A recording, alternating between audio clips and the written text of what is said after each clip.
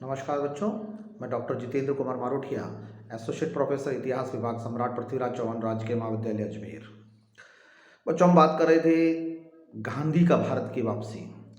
अब गांधी की जो भारत में वापसी हुई तो दक्षिण अफ्रीका में जो उनके अनुभव थे, जो एक दृष्टांत हम बचपन से पढ़ते आए कि उनको रंगभेद नीति का सामना करना पड़ा और एक ट्रेन का जो है वो उदाहरण भी आता है। लेकिन वास्तव में गांधी का सत्याग्रह था क्या? एक गांधी की दृष्टि में सत्याग्रह क्या था और वह कैसे वहाँ पर सफल हुए?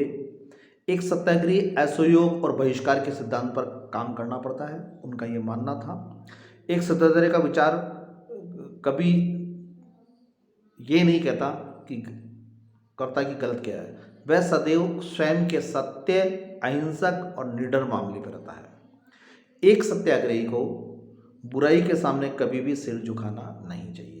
एक सत्याग्रह को अपना निर्णय सोच समझ के करना चाहिए और उस पर दृढ़ संकल्प रहना चाहिए। बुराई के विरुद्ध संघर्ष की प्रक्रिया ही सत्याग्रह है। सत्याग्रह में बुराई के विरुद्ध संघर्ष करते करते समय कभी प्रकार की यातनाएं आती हैं, शक्तियां सामने होती है, तो वह उससे अपने निर्णय और अपने संकल्प पे विचलित नहीं हो, ये वह सत्याग्रही है। तो दृढ़ निश्चय, बहादुरता, विषय का विश्लेषण, ये सत्याग्रह की थी। और इसी आधार पर महात्मा गांधी ने चंपारण सत्याग्रह 1917 में प्रथम सविनय अवज्ञा किया। यानी वो 1930 का सविनय अवज्ञा आंदोलन वो एक पृथक बात थी। और यहाँ पर जो चंपारण में नील की, बिहार चंपारण में जो नील की अनिवार्य खेती की थी किसानों की, और उन पर जो शोषण किया जा रहा था, ताकि क्योंकि नील की खेती के बाद में कोई भी भूमि खेती के लायक नहीं रहती है और स्थितियां खराब होती जा रही थी। नील उनके लिए उपयोगी नहीं भी थी, फसल आम जनता के लिए उपयोगी नहीं थी, लेकिन अंग्रेजों के लिए व्यापार का भाग था। उस नील की अनिवार्य खेती करने पर जोर दिया गया चंपारण में। तो वहाँ गांधी जी ने अपना पहला सत्याग्रह किया और इस प्रकार गांधी जी ने भारत में अपना सविनय आंदोलन का प्रथम सफलतापूर्वक युद्ध जीत लिया और ये आदेश अंग्रेजी शासकों को या अंग्रेजी हुकूमत को वापस लेना पड़ा। दूसरा उन्होंने किया, अहमदाबाद के मिल, जो 1918 में अहमदाबाद में मिल मजदूर थे, वहाँ पर बोनस देने, उनके काम के घंटे को निर्धारित करना, उनके चिकित्सा सुविधा प्रदान करना, उनको अवकाश देना साप्ताहिक और पाक्षिक, इस पर कार्य किया गया। ठीक इसी प्रकार से उन्होंने अकाल के विरुद्ध में और अनावृष्टि और अतिवृष्टि के विरुद्ध में गुजरात खेड़ा में 1900 किया। तो गुजरात, अहमदाबाद, खेड़ा और चंपारण, इन सब आंदोलन से गांधी जी एक बार पुनः भारतीय राजनीति में आए और गांधी जी को देश की जनता के बीच करीब आने का तथा उनको समझने का और जनता गांधी जी को समझे, इस प्रकार का एक तारतम्य स्थापित हुआ, एक अवसर स्थापित हुआ।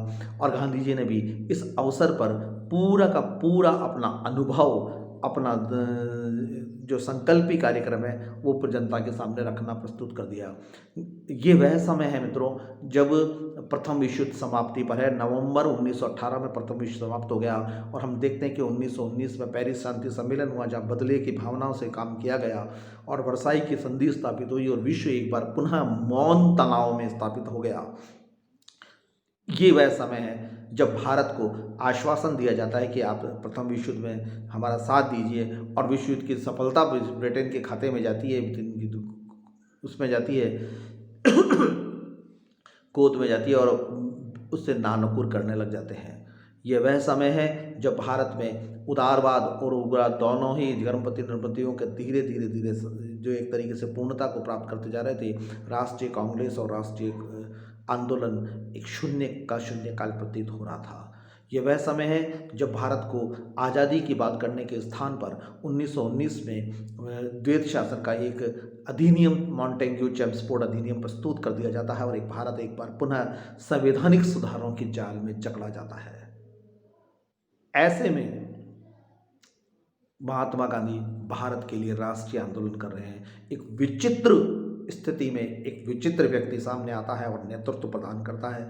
तो अब 1920 में, जैसे मैंने आपको बताया कि आज हम जो टॉपिक पढ़े थे इसके दो भाग हम पढ़ेंगे कि असहयोग आंदोलन किया गया। अब असहयोग किसी भी प्रकार का सहयोग नहीं करना। किन लोगों को सहयोग नहीं करना? आम जनता को। आम जनता का सरकार को किसी भी प्रकार से, अब आम जनता का सरकार में जहां जहां भी जो भी भूमिका है, वकीलों की कोर्ट में है, उपाधियां हैं, सरकारी विश्वविद्यालय है, सरकारी स्कूल है, सरकारी दफ्तर है, सरकारी कार्यक्रम है, इन ये सब उनका बहिष्कार कर देंगे। और ऐसा किया गया, कार्यक्रम बहुत लंबा चौड़ा बनाया गया। और हम देखते हैं कि रविन्द्रनाथ टैगोर ने इस समय उपाधि अपनी वापस देती थी नाइटहुड की, और जमनालाल बजाज ने राय बहादुर की उपाधि वापस देती थी।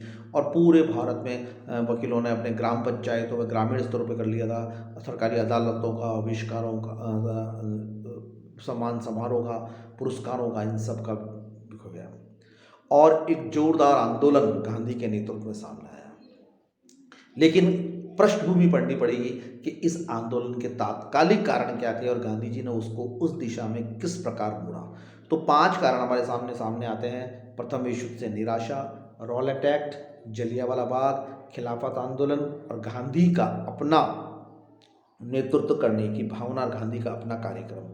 ये 5-6 कार्यक्रम जो बिंदु मैं आपको पुनः बता रहा हूँ, Rowlatt act, Jallianwala Bagh, Hunter commission की जो बात आती है वो, खिलाफत आंदोलन, ये इन सब कारणों से, और गांधी के आंदोलन, गांधी का नेतृत्व, और इन सब के कारण ये असहयोग आंदोलन अपना गांधी ने प्रोग्राम दिया।